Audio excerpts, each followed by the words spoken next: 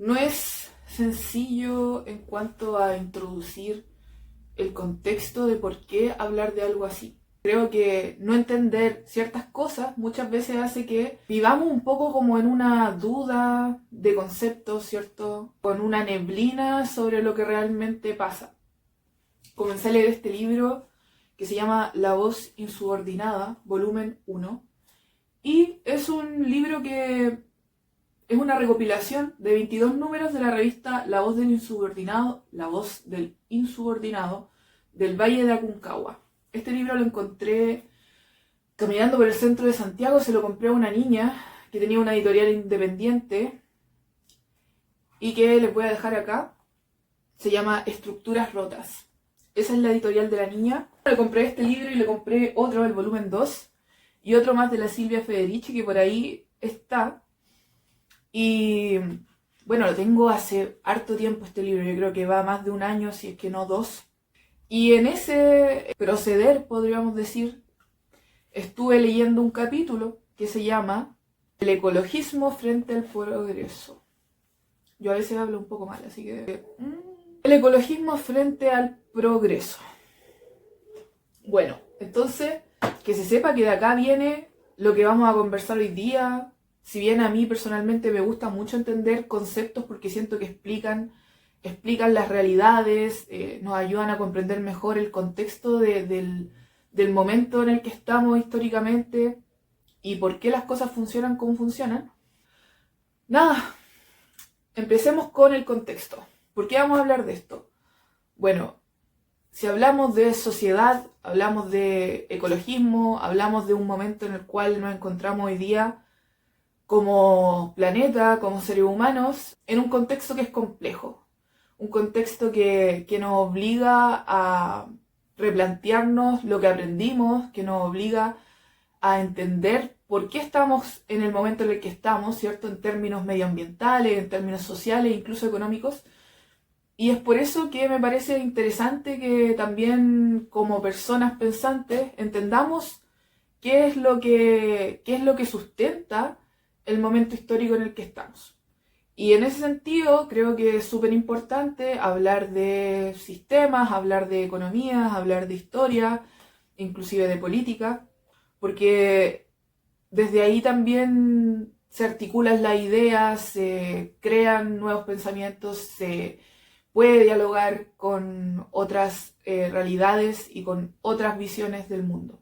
Venimos de una sociedad altamente industrializada y eso es algo que viene también muy de la mano de el capitalismo como concepto y que está muy asociado también a la sociedad de masas y al consumo desmedido a nivel mundial, esto pasa en todos los países, y que se ha producido también desde esta sensación, o más que sensación, este convencimiento que existe en la ciencia o en la política, incluso desde el lado de la economía, de que los países deben progresar, ¿verdad?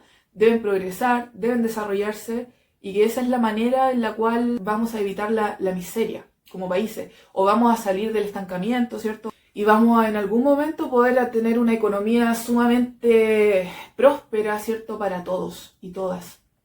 Entonces, este es como la base, el sueño, la utopía, que siempre ha estado, el discurso que se nos vende, el discurso que se nos enseña, o que hemos escuchado, muchas veces no necesariamente se nos enseñó, pero sabemos que está ahí ese discurso. Y es un discurso que ha producido también a lo largo del último milenio, de los últimos siglos, yo diría que de los últimos 3 siglos y de los 2 últimos más, así como intensamente, ha producido que, bueno, que la naturaleza pase a ser una materia prima, ¿cierto? Un bien de consumo en el fondo, que sirve a las necesidades de las personas, ¿cierto? Y de las sociedades que las personas construyen. Entonces, bajo esa visión sumamente extractivista, es que empieza, ¿cierto?, a haber un colapso en el medio ambiente, comienza a haber una serie de problemas que, si bien llevan muchos siglos documentados como problemas, nunca se tomaron tan en serio como en los últimos 100 años, diría yo. y que si bien es algo que la sociedad, la humanidad ha tenido que convivir siempre con la ecología y con el hecho de que exista la naturaleza con sus ciclos naturales, con su sabiduría nata, aún así es algo que pareciera que fuera nuevo, como que cuesta de repente entender cómo lo hacían los griegos, cómo lo hacían los egipcios, cómo lo hicieron para no colapsar. ¿Por qué estamos colapsando tan rápido? ¿Por qué tenemos tan poca esperanza de vida como planeta? ¿Por qué son tan negativos los prospectos que existen desde la ciencia? Y bueno, no estamos para responder esas preguntas porque honestamente yo, como persona sumamente random, la verdad es que me rendí como a responderme preguntas demasiado absolutistas, ¿ya? Porque es complejo entender cómo es que el mundo podría colapsar realmente y cómo es que podría evitarse realmente. Entonces estamos en un momento de duda, de incertidumbre, ¿ya? Que es, esto sí que es algo nuevo para las personas, o sea, hay algo que también afecta mucho la emocionalidad y la salud mental de todas las nuevas generaciones. Y no solo de las nuevas generaciones, yo veo una preocupación también que es transversal también a otras generaciones más antiguas. Hay mucha conciencia, por ejemplo, entre paréntesis, del reciclaje en personas de la tercera edad. Y eso se ve, o sea, hay una preocupación, hay un interés, hay una conciencia al respecto. Pero bueno, no nos vayamos por las ramas. Teniendo en cuenta y haciendo un poco de historia de dónde viene esto y a dónde queremos llegar como tema, es que entendemos que nuestra sociedad en algún punto con la revolución industrial se volvió una sociedad orientada a la producción, al consumo, y de todas maneras que esto llevó a que el capitalismo se exacerbara. Y bueno, los economistas siempre han hecho su trabajo, algunos, ¿cierto? No todos, fundamentando el por qué, ¿cierto? Es el mejor sistema y todo eso. No estamos para criticar el sistema en este video, sí, sino como para sondear la estructura de cómo las ideas se alternan y conversan entre sí dentro y fuera de un sistema que en el fondo tampoco podemos simplemente negar que existe. Y estemos de acuerdo o no, creo que eso tampoco nos compete en esta conversación porque en realidad hay cosas que se escapan de nuestras manos. El discurso ecologista encuentra una estructura en donde crecer, ¿verdad? Porque en el fondo también todo esto que les decía de la naturaleza vista como un bien de consumo, verla como algo muerto que está para el uso de nuestros deseos, de nuestros insaciables deseos como humanidad, o más bien de los que están más altos en las pirámides sociales, en los que extraen realmente la materia prima, es que el discurso ecologista encuentra un fundamento y un por qué existir. En ese sentido, el colapso de la vida en el planeta se vuelve una idea plausible, se vuelve una posible realidad futura, ¿verdad? Se habla mucho de ello, surge el concepto de ecología también. Un alemán llamado Ulrich Beck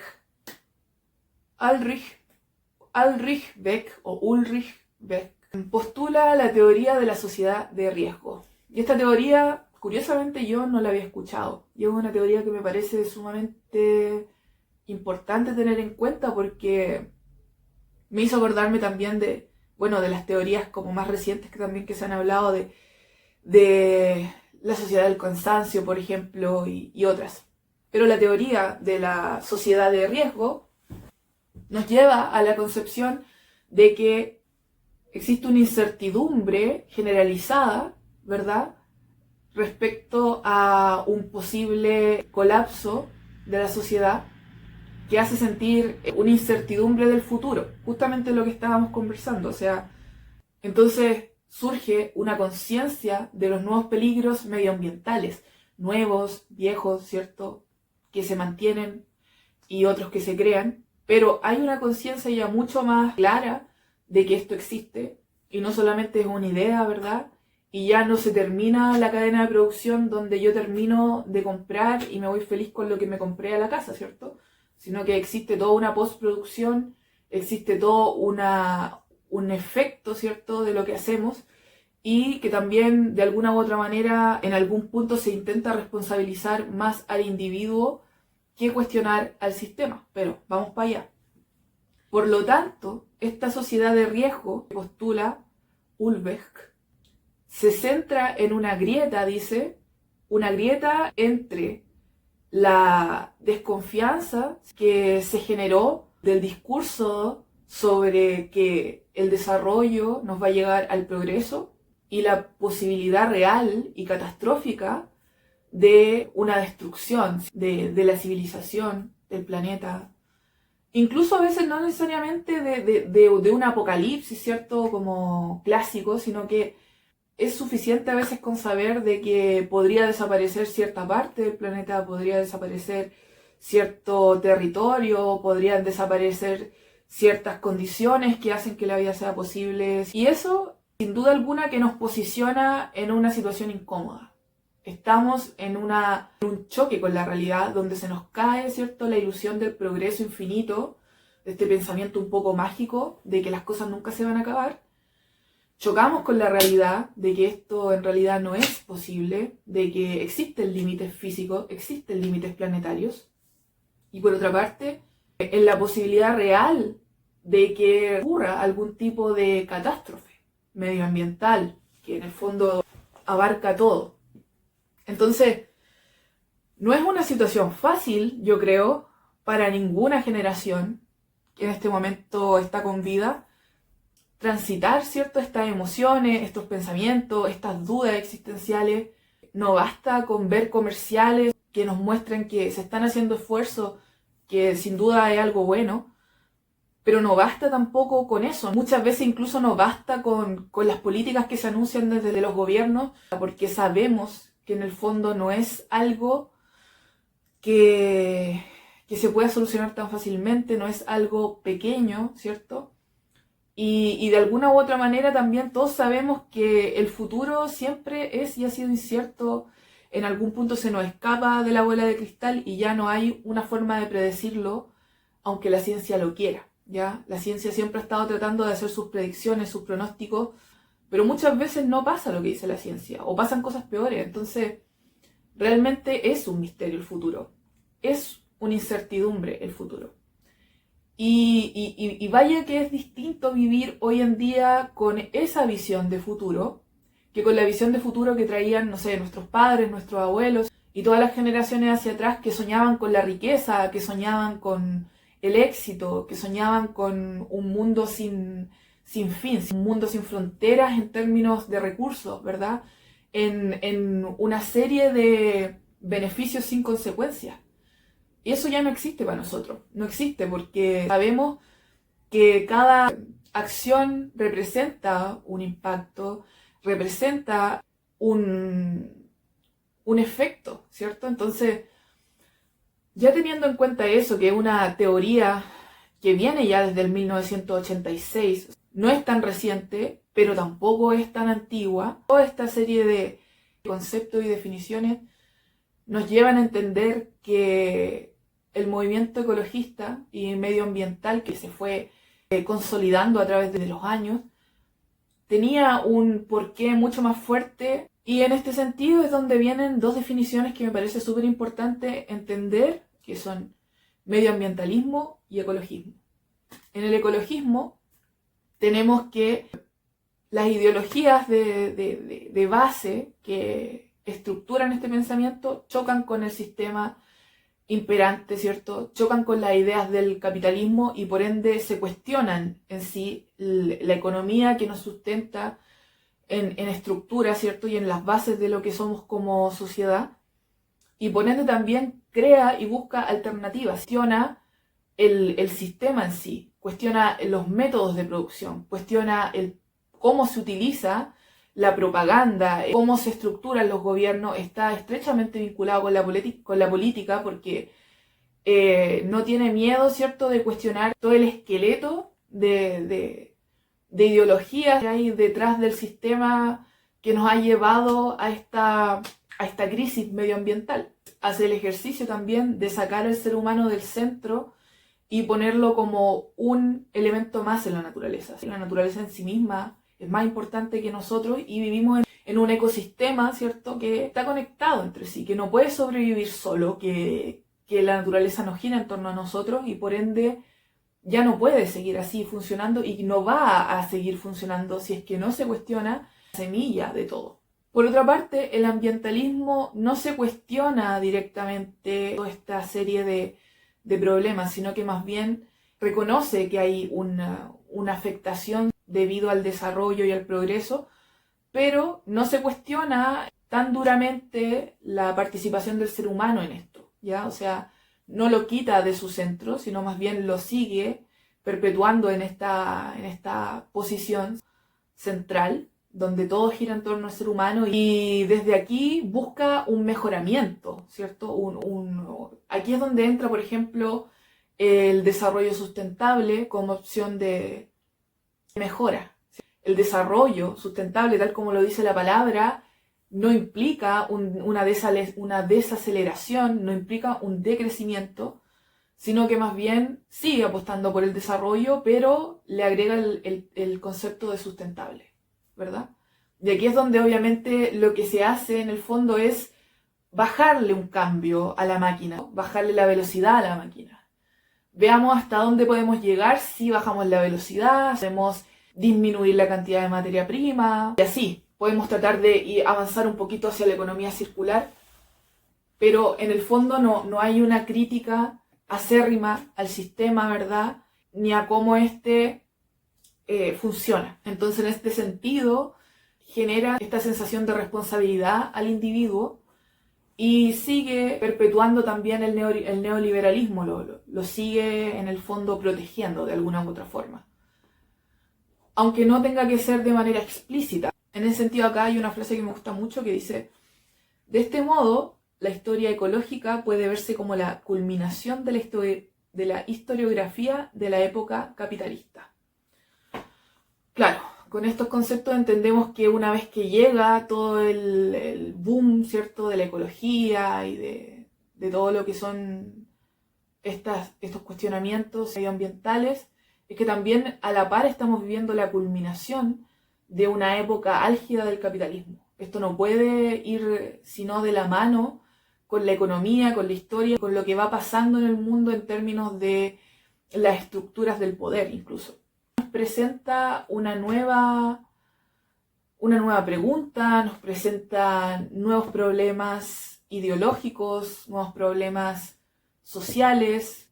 Se tejen diversos conflictos en base a esto. No queda solamente en una teoría científica ni social, pero sí que es importante entender estos conceptos de cómo se diferencia el ecologismo, el medioambientalismo, y cómo ambos también están sustentados en esta teoría del riesgo que en el fondo nos tiene un poco como apretados y apretadas como en esta incertidumbre del futuro, que no puede ser más existencial. O sea, también es algo que provoca toda una reacción en ola, en masa también, del ánimos de las personas, del planeta, ¿ya? O sea, yo diría que las personas más que del planeta, pero sí, o sea, no deja de ser relevante. Bueno, y para no hacer este video más largo, cuéntenme sus ideas, cuéntenme sus dramas existenciales, sus preguntas, ¿cierto?, de esta distopía en la cual estamos hoy en día como sociedad,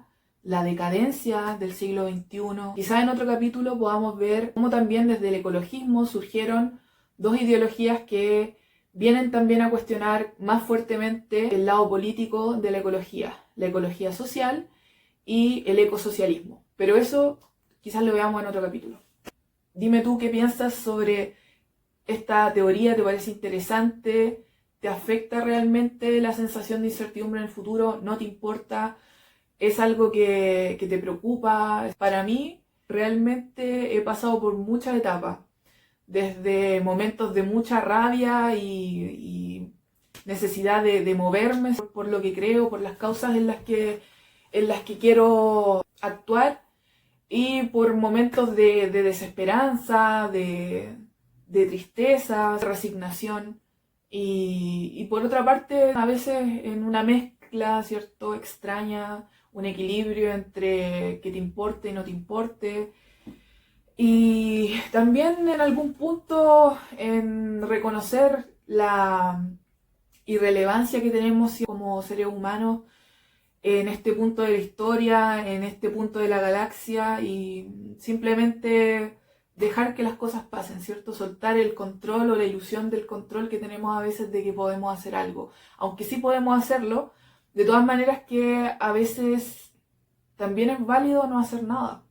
¿Es necesario hacer algo? Claro que sí es necesario. ¿Se puede no hacer nada? Claro que se puede hacer nada. ¿Es responsabilidad de nosotros? Claro, yo creo que hay una responsabilidad compartida, pero no es toda de nosotros y tampoco se va a poder llegar muy lejos con la responsabilidad individual, porque esto es un problema colectivo, no es un problema de las personas, es un problema social y todo esto pasa siempre por la pirámide jerárquica del poder. Entonces, muchas veces nosotros no tenemos demasiada decisión, demasiado poder de decisión en lo que va a suceder o en lo que no, pero lo que sí tenemos poder, yo creo, y que a veces también es sumamente relevante, es en elegir cómo queremos transitar este momento de la historia. Dicho esto, si quieres suscríbete, puedes comentar, darle like, guardar el video, compartirlo. Así que eso. Nos vemos en una próxima entrega. Bye. Si es que esta wea se grabó.